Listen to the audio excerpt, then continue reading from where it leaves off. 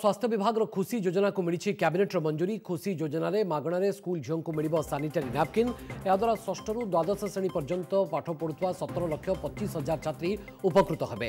सरकारी स्कूल सहित केंद्रीय विद्यालय और नवोदय स्कूल छात्री को सामिल कर 5 वर्ष में 466 कोटी टंका खर्च कर प्रस्ताव को कैबिनेट बैठक में अनुमोदन भी मिली।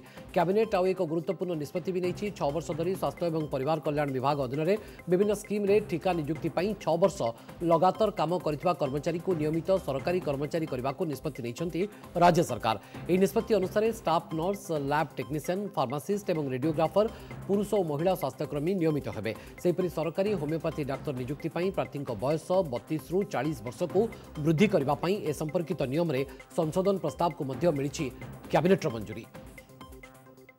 क्लास 6 रु क्लास 12 जाए जो मैंने पढ़ुंट गवर्नमेंट एडेड स्कूल एवं यह छड़ा केंद्रीय विद्यालय एवं नवोदय विद्यालय जो मैंने पढ़ुंट जो ओडिशा राज्य में जोड़ाक अच्छी से प्रति मासरे 18 सैनिटरी नैपकिन दिज्व।